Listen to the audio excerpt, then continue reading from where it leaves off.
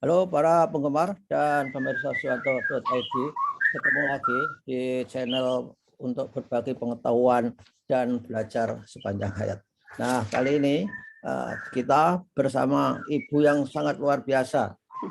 Masih ibu sebenarnya, tapi beliau mendeklarasikan sebagai nenek katanya. Tapi masih ibu yang luar biasa, aktif, dinamik.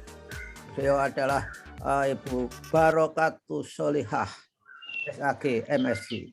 Nama terkenalnya adalah Ika Zardi Saliha, dan beliau adalah memiliki hobi membaca, menulis, bernyanyi, dan aktif dalam komunitas agama juga komunitas sosial. Nah, yang istimewa dari beliau adalah sejak tahun 2020 mendapatkan tugas baru sebagai pengawas madrasah di Kulon Progo. Dari profesi semula adalah guru bahasa Arab di MTS Negeri 3 dan MTS Negeri 2 Kulon Progo. Beliau adalah peraih juara 1 guru berprestasi nasional tahun 2016, dan karena itu dia mendapat penghargaan jalan-jalan, ya tidak jalan-jalan sih, ada short course lah, semacam belajar jangka pendek yang ada diselenggarakan oleh UEF Finlandia tahun 2017. Mestinya ke Finlandia itu melihat mengapa pendidikan di Finlandia adalah nomor 1 di dunia. Kemudian menjadi sekretaris FKUB Kulon Progo, kontributor jurnalis madrasah, menulis 90 buku, tapi dia mengatakan sangat low profile, menulis 90 buku, dikatakan baru menulis 90 buku. Dan 50-an artikel opini yang terpublikasi di berbagai media. Tahun 2019 mendapatkan penghargaan sebagai guru inspiratif. Dari mana penghargaannya? Sebagai guru inspiratif dan positif dari Menteri Agama, dari Kementerian Agama, dan beliau sampai sekarang masih aktif nulis, buat cerita, novel, geguritan, dan sebagainya di suyanto.id. Kita sapa dulu, tapi sebelum saya menyapa beliau, jangan lupa klik subscribe supaya Anda selalu mendapatkan video terbaru dari ibu kita ini dan juga dari suyanto.id. Ibu ini walaupun mengatakan 50 tahun tapi lebih muda dari saya panggil Mbak saja. Mbak. Jadi Prof. Baiklah, gimana? Kaifa haluk? Alhamdulillah fi khair wa afiyah. Wa kaifa antum Profesor? Senang sekali bisa bertemu. Wah, luar biasa ya. Burungnya luar biasa, itu harganya mahal itu, Mbak. Prof, alhamdulillah, ini suami itu yang suka memelihara dan sebagai hiburan katanya, karena 2 tahun lagi pensiun. Gimana, Mbak, aktivitasnya setelah? Alhamdulillah. Baik ya, dan setelah diberi tugas baru di pengawas, ini apa persoalan yang dihadapi di pengawas itu? Assalamualaikum Profesor dan sahabat-sahabat di seluruh dunia maya. Alhamdulillah bersua, bermuajah. Dan terima kasih sekali undangannya Profesor, ini sebagai sebuah penghormatan bagi saya. Ini pagi-pagi bisa bercakap-cakap dengan beliau ya, yang tokoh pendidikan, dan saya selalu banyak belajar dari beliau. Untuk tugas kami, karena memang baru beranjak 2 tahun, Prof, tetapi alhamdulillah ya bisa sambil belajar, kita bisa bagaimana menghadapi dan menyesuaikan diri dengan madrasah, terutama yang saat ini memang di era buka ya Prof, yang tidak menentu, dan lebih-lebih ketika kita ada pandemi. Jadi ketika 2020 awal itu kami sudah punya program yang mungkin ya menyesuaikan, tetapi ternyata di tengah-tengahnya ada pandemi yang harus berubah. Jadi bagaimana kita bisa menyesuaikan dan bisa menghadapinya. Untuk pembelajaran yaitu terutama di Kemenak, tentu kita juga menyesuaikan Prof, karena juga ada waktu itu ada SE Menteri Agama ya, yang harus dengan pembelajaran darurat atau BDR ataupun PJJ, belajar di rumah dan pembelajaran jarak jauh. Nah, tentu ini yang guru-guru yang ketika tatap muka sehingga harus menjadi e-learning, dan juga melalui grup-grup itu yang perlu kita dampingi dan sambil terus belajar menyesuaikan karena sangat terbatas ketika itu ya, Prof. Ya, kalau untuk saat-saat ini memang sudah seperti tinggal menyesuaikan diri saja, tetapi pada awalnya juga mengalami sebuah kesulitan. Namun ya justru saat itu harus menjaga prokes, harus menjaga imun ya. Tentu yang penting kita be happy, teaching by heart, dan insya Allah, alhamdulillah ya selama ini madrasah masih tetap berjalan. Hanya saja untuk pendidikan di madrasah memang ada pembelajaran yang madrasah berbasis pesantren, Prof. Jadi untuk yang pesantren itu selama mereka memang tidak terpapar COVID dan tidak membahayakan, mereka masih tetap melangsungkan pembelajarannya tatap muka. Tentu ya dengan pemantauan. Tentu ya dengan pemantauan. Alhamdulillah. Gimana cara mereka mempertahankan, misalkan tetap aman itu di madrasah berbasis pesantren itu, Pak? Ternyata setelah kami pantau, kami kondisikan itu justru mereka sangat mengutamakan kan itu prokes itu salah satunya membersihkan tangan ya, Prof, ya, yang 5M itu. Nah, ternyata mereka justru memiliki bahwa wudhu itu sudah segalanya. Wudhu itu bukan hanya membasuh tangan, tapi muka, mulut, dan tangan kaki sampai telinga dan sebagainya. Itu mereka justru di samping tetap menjaga prokes ya, kita bukan hanya mencuci tangan saja, Bu, katanya. Jadi sambil wudhu itu selalu dilaksanakan, tidak harus untuk sholat saja begitu. Oh ya. Jadi membasuh tangannya di pesantren itu ditambahi upacara wudhu itu. Iya, tata cara wudhu. Sehingga ada apa ya? Ada keyakinan, karena keyakinan begitu kan menambah imunitas. Saya kira itu hal yang baik sekali. Nah, ketika jenengan jadi pengawas ini, apa yang dilakukan terutama kepada madrasah-madrasah supaya mereka tidak terlalu banyak memiliki learning loss misalkan saja. Apa, Mbak? Ya, yang pertama tentu sesuai dengan tupoksi kami ya, Prof, sebagai pengawas pembina, ya tetap melaksanakan itu semampu kami karena sambil belajar tentunya. Dan yang kedua untuk mengisi waktu yang ketika pandemi ini memang banyak belajar di rumah dan work at home gitu. Jadi banyak waktu di rumah karena dulu itu pernah programnya itu WFH itu lebih banyak. Jadi work at home itu lebih banyak, kalau work from home itu lebih banyak, maka ya kami coba untuk ini selalu mengeksplor potensial guru-guru itu terutama, Prof. Ya tentu dengan hobi mereka masing-masing. Dan untuk pengembangan diri ini insya Allah kami membuat seperti pembimbingan offline ya dan online yang di situ untuk menulis buku, Prof. Dan yang sudah berhasil itu madrasah kami karena ada 11 madrasah binaan ini, madrasah negeri 6 Kulon Progo ini sudah launching buku guru. Jadi masing-masing guru itu sudah menulis dan kemarin sudah resmikan oleh Kanwil juga dengan logo madrasah dan koperasi madrasah. Nah, harapan saya ke depan itu saya pengennya itu ada one madrasah, one book gitu. Jadi satu madrasah itu bikin satu buku yang di situ memang benar-benar yang menceritakan tentang suka duka sebagai guru atau menulis apa saja bentuknya. Yang penting mereka itu tidak hanya menulis di status gitu. Tidak hanya menulis di WA, menulis status yang itu hilang begitu saja dan untuk dikonsumsi diri sendiri terutama. Tetapi kalau itu kita jadikan satu tulisan, entah apa itu bentuknya, kan insya Allah juga sangat bermanfaat bagi perpustakaan dan bagi dirinya sendiri dan juga bagi madrasah. Itu, Prof. Ya. Nah, Mbak, gimana madrasah yang dulu dengan jadi guru di sana itu sekarang? Progresnya bagaimana setelah jadi pengawas? Diawasi juga nggak?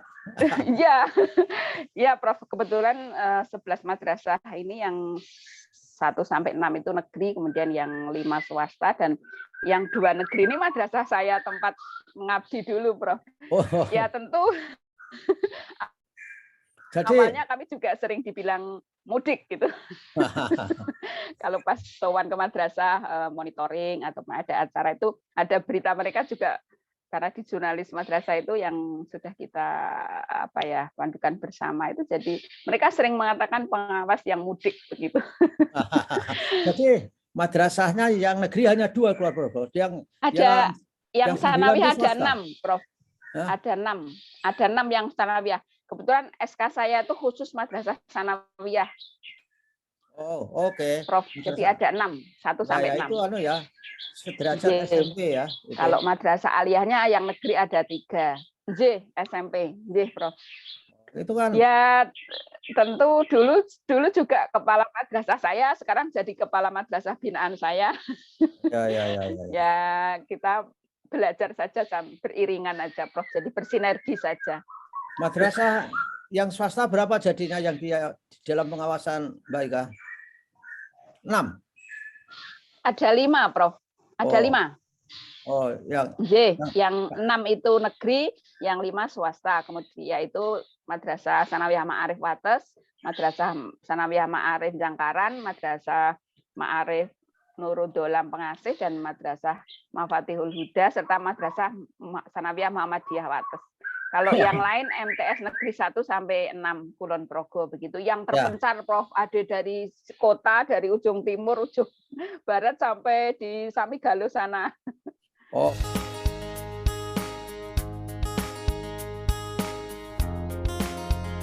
Iya. Hanya 1 ya? Ada 3, namun untuk bagian saya, binaan saya kebetulan 1 itu, Prof. Jadi ada Madrasah Sanawiyah Darul Ulum juga ada, kemudian MTS Muhammadiyah Sentolo juga ada, tetapi itu bukan binaan saya kebetulan. Jadi pembagiannya seperti itu. Nah, Mbak, sampean kan sangat produktif ya. Bagaimana menularkan hal itu kepada madrasah ketika sekarang sudah menjadi pengawas itu? Seharusnya menjadi role model untuk nulis, karena nulis itu luar biasa. Nulis itu sangat penting karena menghasilkan buku. Buku itu merupakan guru yang tak pernah mengenal marah. Gimana caranya? Kalau saya mungkin kalau untuk mengajak, memotivasi itu sambil saya memberi contoh gitu aja. Misalnya saya ke madrasah membagi bagian buku karya, itu kan otomatis tidak hanya omong doang begitu. Jadi saya tidak ayo-ayo, tetapi saya lebih memberi contoh dulu begitu. Seperti ini buku bersama, kemudian ini yang kemarin juga ada dedikasi pengawas, ini buku baru khusus kami ajak pengawas Indonesia juga yang jarang nulis, jadi ada buku bersama.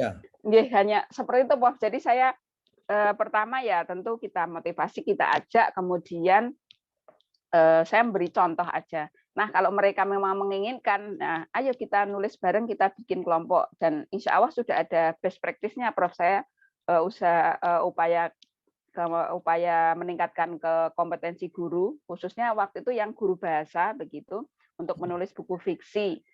Ya, ini yang di MTS 6. Nanti yang lain insya Allah di MTS yang lain, karena memang harus fokus ya, Prof ya. Pembimbingan itu tidak bisa istilahnya itu asal-asalan saja.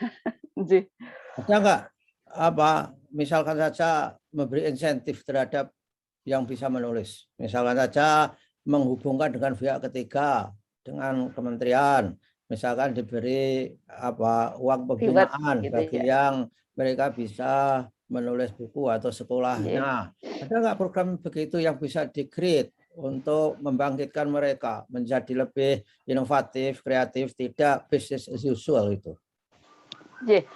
Kalau semata-mata untuk menulis buku tidak, tetapi di situ nanti tercover dalam misalnya ASN Excellent, Prof.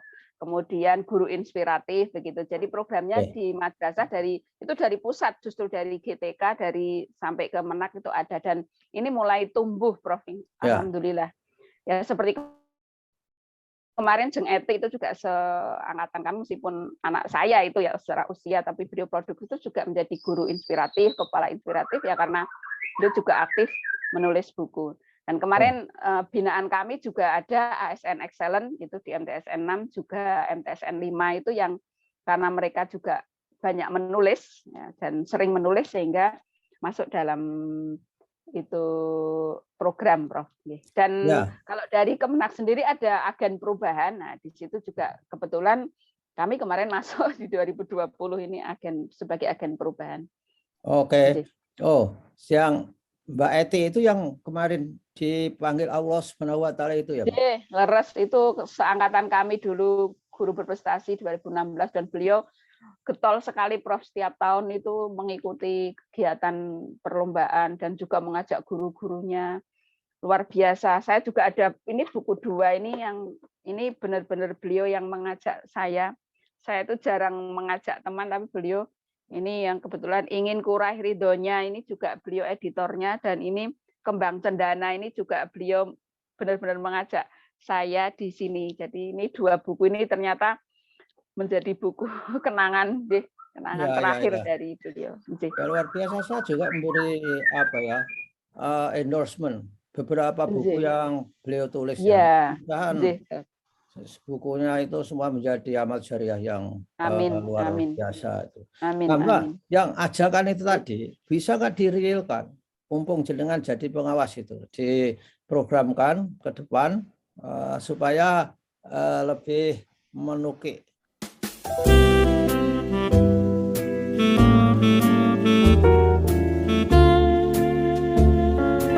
Sekarang ini adalah bahwa ketika kita berbuat baik, tidak cukup berbuat baik saja. Harus diberitahukan apa yang kita berbuat baik itu. Nah, itulah. Nah, terakhir apa Mbak harapan sampean ketika menjadi pengawas ini ke depan terhadap madrasah-madrasah dan guru-gurunya, murid-muridnya, gimana? Yang pertama tentu kita tetap menjalankan tugas sebagai abdi negara, abdi masyarakat, dan juga untuk giat mencerdaskan kehidupan bangsa ya, Prof. Yang kedua, jangan jadi generasi yang kagetan. Artinya ada perubahan, kita segera menyesuaikan, tidak perlu babi bu tetapi membingungkan, tapi kita segera menyesuaikan dan tetap menjalankan tugas sebagai tupoksinya. Dan harapan kami yaitu tadi program saya One Madrasah One Book. Jadi nanti setiap madrasah itu memiliki satu buku kebersamaan, entah apa itu bentuknya, sehingga di perpustakaan itu tidak hanya buku-buku orang lain, tetapi ada buku karya kita sendiri. Itu, Prof. Ya, oke. Jadi di berita ini tadi kan menyebutnya VUCA di awal, itu adalah suatu perubahan yang luar biasa, dahsyat, sulit diduga, mendadak, kompleks. Sesuai singkatannya, VUCA itu adalah volatile, uncertain, kompleks, dan ambiguous. Nah, begitulah saudara-saudara para pemirsa Suyanto.id, obrolan kita dengan pengawas madrasah di Kulon Progo, Ibu Ika, panggilan populernya, panggilan yang sebenarnya adalah nama yang sebenarnya adalah Barokatus Sholihah. Saya nggak tahu apa artinya Barokatus Sholihah nih, Mbak. Apa? Amin. Ya, barokah itu kan berkah ya, ya. Sholihah tentu ya, Sholihah. Ya, berkahnya orang Sholihah. Nah, mudah-mudahan. Amin. Semua kita yang mendengarkan dan juga kita ini akan selalu mendapat berkah dari Allah sehingga selalu sehat. Amin. Terima kasih Mbak atas kebersamaan. Sama-sama Prof. Saya juga. Warahmatullahi wabarakatuh. Waalaikumsalam warahmatullahi wabarakatuh.